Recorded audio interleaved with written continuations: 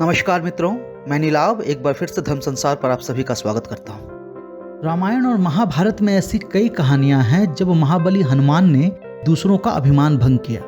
विशेषकर महाभारत में श्री कृष्ण ने महाबली हनुमान द्वारा अर्जुन, भीम, बलराम, सुदर्शन चक्र, गरुड़ और सत्यभामा के अभिमान को भंग करवाया था। लंका युद्ध के बाद महाबली हनुमान के बल का वर्णन करते हुए स्वयं श्री राम कहते हैं कि यद्यपि लंका की सेना में और हमारी सेना में कई वीर थे, जैसे रावण, कुंभकर्ण, मेघनाद, अतिकाय, जामवंत, सुग्रीव, अंगद इत्यादि, लेकिन इनमें से कोई भी हनुमान के बल की समता नहीं कर सकता। इस पूरे ब्रह्मांड में त्रिदेवों के अतिरिक्त शायद ही कोई हनुमान को परास्त करने की क्षमता रखता हो। इतने बलवान और अपार शक्तियों के स्वामी होने के बावजूद भी हनुमान अत्यंत विनम्र और मृदुभाषी थे। अहंकार तो उन्हें छू भी नहीं गया था और वे अपने समस्त कार्यों का श्रेय प्रभु श्री राम को ही देते थे।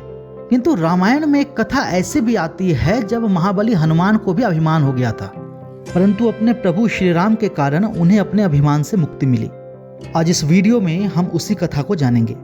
यह कथा तब की है जब श्री राम अपनी सेना सहित सागर के तट पर पहुंचे। वहां युद्ध से पूर्व उन्होंने विजय की कामना हेतु महादेव का पूजन करने का निश्चय किया। उनके मन में महादेव के एक शिवलिंग को स्थापित करने का विचार आया, किंतु मुहूर्त में बहुत कम समय बचा हुआ था। तब उन्होंने बजरंग बली से कहा कि हे हनुमान, तुम तत्काल काशी से जाकर एक शिवलिंग ले आओ जिसे मैं विधिवत पूजा कर यहाँ स्थापित कर सकूं। उनकी आज्ञा पाकर महाबली हनुमान तत्क्षण काशी गए और वहां से उन्होंने एक दिव्य शिवलिंग लिया और वापस लौट चले। किंतु उधर पूजा के मुहूर्त में विलंब होता देखकर भगवान श्री राम ने वहीं पड़े रेत से एक महान शिवलिंग की स्थापना की। उधर जब बजरंग बली वापस लौटे और उन्होंने देखा कि प्रभु श्री राम ने वहां एक अन्य शिवलिंग की स्थापना कर ली है, तो वे बड़े व्यथित हुए। उन्होंने भगवान श्री राम से कहा कि हे प्रभु, आपके आदेश पर मैं इतनी दूर काशी से एक महान शिवलिंग को लेकर आया हूँ और आपने यहाँ किसी और शिवलिंग की स्थापना कर ली। आपने जिस शिवलिंग की स्थापना की है वो केवल रेत का बना हुआ है, इसीलिए यह अधिक देर तक नहीं टिक पाएगा। किंतु मैं जो शिवलिंग लेकर आया हूँ वो पाषाण का है और सदा के लिए स्थापित रहेगा। उनकी ऐसी बातें सुनकर भगवान श्री राम मुस्कुराए। उन्हें समझ आ गया कि हनुमान के मन में अहंकार ने प्रवेश किया है।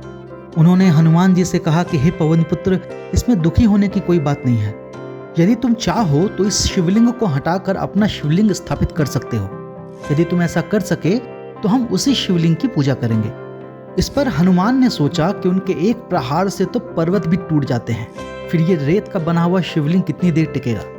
यह सोचकर उसी अहंकार की भावना से वे उस शिवलिंग को हटाने का प्रयास करने लगे।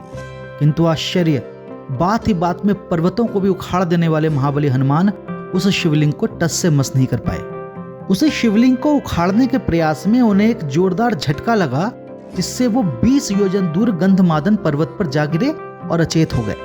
जब उनकी चेतना वापस आई तो वे अपने घमंड पर बड़ा पछताए।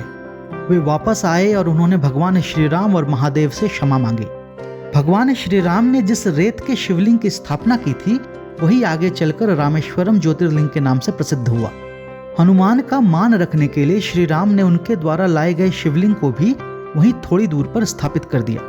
उन्होंने हनुमान से कहा कि हे महाबली, तुम्हारे द्वारा किया गया श्रम भी व्यर्थ नहीं जाएगा। आज से यह शिवलिंग हनुमदीश्वर के नाम से जाना जाएगा। मेरे द्वारा स्थापित किए गए रामेश्वरम शिवलिंग से पहले हनुमदीश्वर शिवलिंग की पूजा करना आवश्यक होगा। जो ऐसा नहीं करेगा उसे रामेश्वरम ज्योतिर्लिंग के दर्शनों का फल प्राप्त नहीं होगा। तब उसी समय से हनुमदेश्वर शिवलिंग रामेश्वरम तीर्थ का एक अभिन्न अंग बन गया। आज भी जो रामेश्वरम को जाते हैं वो हनुमदेश्वर तीर्थ में अवश्य जाते हैं। हमें आशा है यह वीडियो आपको पसंद आया होगा। यदि ऐसा हो तो आप इसे लाइक कर सकते हैं और हमारे चैनल को सब्सक्राइब कर सकते हैं। इस विषय पर एक लेख हमने पहले ही धर्मसंसार.com पर प्रकाशित कर दिया है, जिसका लिंक हमने डिस्क्रिप्शन में डाला है। यदि आप चाहें तो उसे वहां जाकर पढ़ सकते हैं।